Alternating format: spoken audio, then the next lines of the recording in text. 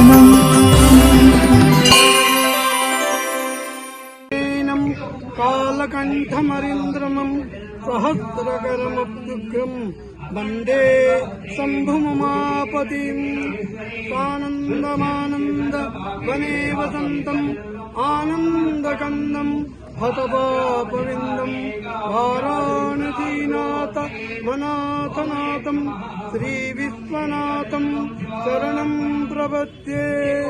वाराणस्यां भैरवो देव संसारभयनाशनम् अनेकजन्म कृतं पापं दर्शनेन स्मरणेन स्पर्शनेन विनश्यति। కాశీ క్షేత్రంలో ఇవాళ ముముక్షు భవనంలో ఒక ప్రాంగణం అస్థి వర్ణయోర్మధ్య ఆనందమే ప్రారంభం అస్థి నుంచి. ఆ అస్థి క్షేత్రం నుంచి ఈ కార్యక్రమం విష్ణు మహాయజ్ఞం.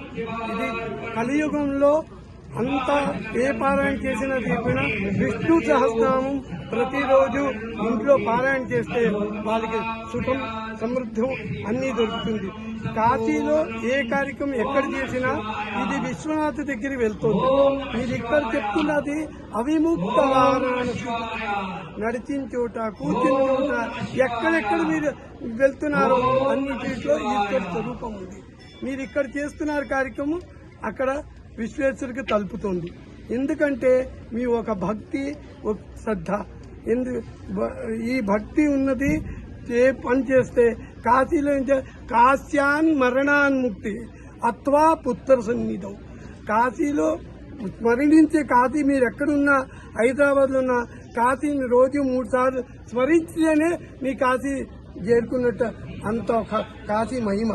అంత క్షేత్రంలో ఇవాళ 1,00,000 బిల్వం మళ్ళీ 1,00,000 రుద్రాక్షి భస్మోద్ధూళిత విగ్రహ అలాగే బిల్వార్చన ఈశ్వరికి ఏదైతే ప్రియమో ఆ కార్యక్రమం అంతా ఈశ్వరికి ఏమిటి అభిషేక ప్రియ.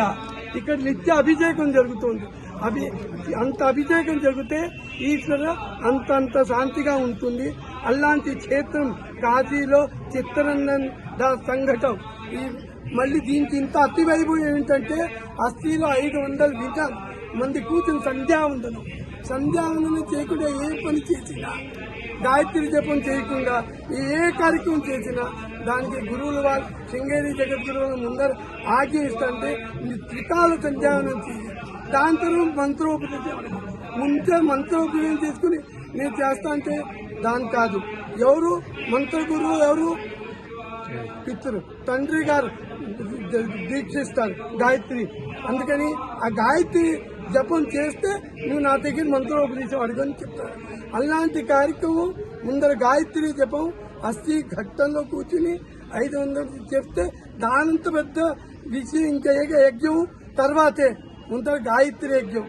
అందుకని 24 అక్షరాలు గాయత్రి జపం ప్రతినిత్యం 3 త్రికాలైనా దుకాలైనా చెయ్యాలి. త్రికాలకి సమయం దొరకపోతుంటే బద్దున సంధ్యానం చేసేటప్పుడు మాధ్యానికి 5 నిమిషాలు చేయండి. గురువుగారు చెప్తారు టైం లేదంటే 10 నిమిషాలైనా చెయ్యి, కానీ సంధ్యానం చేయకుండా విధిని నాతో ఆశీర్వాదం అడిగితే అది మేము ఇవ్వలేము. మా ధర్మం కాదు. అందులాంటి కార్యక్రమాలు కాశీలో ఇంత అతి వైభవం. విష్ణుర్ వసత్కారో భూత భవ్య భవత్ ప్రభు భూతకృత్ భావో భూతాత్మ భూత భావన. అలాంటి విష్ణు సహస్రనామ యజ్ఞం ఈయన ప్రతి ఏడాది ఏదో కార్యక్రమం చేస్తూనే ఉంటారు. నాకు తెలుసు ఇంత పెద్ద యజ్ఞం మేము ప్రతినిత్యం యజ్ఞంలోనే ఉంటున్నాం. ఈ మధ్య సహస్ర చండీ అతిరుద్రాలు మహారుద్రాలు ఆకుండా మా మామూలు గదిలో కాశీలో ప్రతి నిత్యం మారు 15 రోజులకి ఇప్పుడు మళ్ళీ 200 విద్యార్థులు బెంగళూరు నుంచి వస్తున్నారు. ఇలాగే గోష్ఠి వచ్చి విష్ణు సహస్రనామావతి 1,00,000 కుంకుమార్చన ఇవన్నీ ప్రతినిత్యం మా అక్కడ జరుగుతుంది.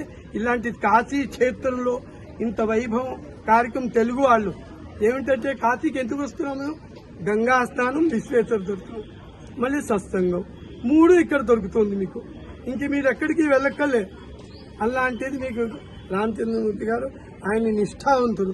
ఆయన మంత్రాలు ఆయన చేసి దంపతులు అంటే అలాంటి శివపార్వతి స్వరూపం వాళ్ళు. ఇలాంటి కూర్చుని అనుష్ఠానం ఎప్పుడు సిద్ధవుతుంటే మనం సాధన సిద్ధవుతే అనుష్ఠానం సిద్ధమైంది. ఆయన ఒక సాధన చేస్తున్నారు. ఆ కాశీలో చెయ్యాలి, ఎక్కడైతే చేసినా. మొన్న నేను బెంగళూరులో కూడా అప్పుడు గురువుగారు ఉన్నప్పుడు ఉన్నాను, అక్కడ కూడా చేశారు. అలాంటి నేను అప్పుడు అక్కడే ఉన్నాను, చూశాను. మీకు అలాంటిది మీరు అక్కడక్కడ చేసి ఇలాగే జనసమూహంలో ఒక భక్తి మార్గం పిలుచుకుని వస్తున్నారు. కాశీకి వచ్చి ఇన్ని మందిని పిలుచుకుని వచ్చాయంటే, ఇన్ని మంది కాశీ దర్శనం చేయించారంటే ఆయన ఎంత ఒక మధ్యవర్తి కావాలి. కాశీ రావాలంటే రాలేరు. ఒక ఆయన 60 ఏళ్ళు అలహాబాద్ లో పనిచేశారు, ఆయనకు కాశీకి రాలేకపోయారు. మొన్న వచ్చి వెళ్ళాడు సింగేరి మఠం దిగి, గురుగారిని 60 ఏళ్ళు ఉన్నాను ఇక్కడ, అంతా తిరిగాను, కాశీకి రాలేకపోయాను, ఇప్పుడు హైదరాబాద్కి వెళ్ళి ఇప్పుడు వచ్చాయంటే నేను అదే ఆయన ఈశ్వరు పిలవకపోతే కరకలిత కపాల కుండలి దండపాణి తరుణ తిమిర నీల ధ్యాల యజ్ఞోపవీతి క్రతు సమయ సపర్య విఘ్న విచ్ఛేదేతు జయత బతుకునాథ సిద్ధిత సర్వదా. మీకందరూ ఆయురారోగ్య ఐశ్వర్యం ఇచ్చి ఇలాగే భక్తి మార్గంలో ఈయన ఇలాగే పిలుచుకుని రావాలి, ఇలాగే కార్యక్రమం చేస్తూ ఉండాలి, ఇలాగే మమ్మల్ని పిలుస్తూ ఉండాలి. మేము వచ్చి చూసి సంతోషపడి వెళ్తుంటాం. లేకపోతే మేము పని లేకు, ఇవాళ ఇంత నేను పని ఉన్నా నేను ఇవాళ రావాలని ఆయన చెప్పారు, నేను వచ్చాను. మాకు కూడా ఇలాంటి యజ్ఞం చూడడానికి భాగ్యం దొరికింది. దేవుడు మాకు కూడా అనుగ్రహం ఇచ్చి ఆయురారోగ్యం ఇచ్చి మమ్మల్ని అంతా సుఖంగా ఇస్తారు.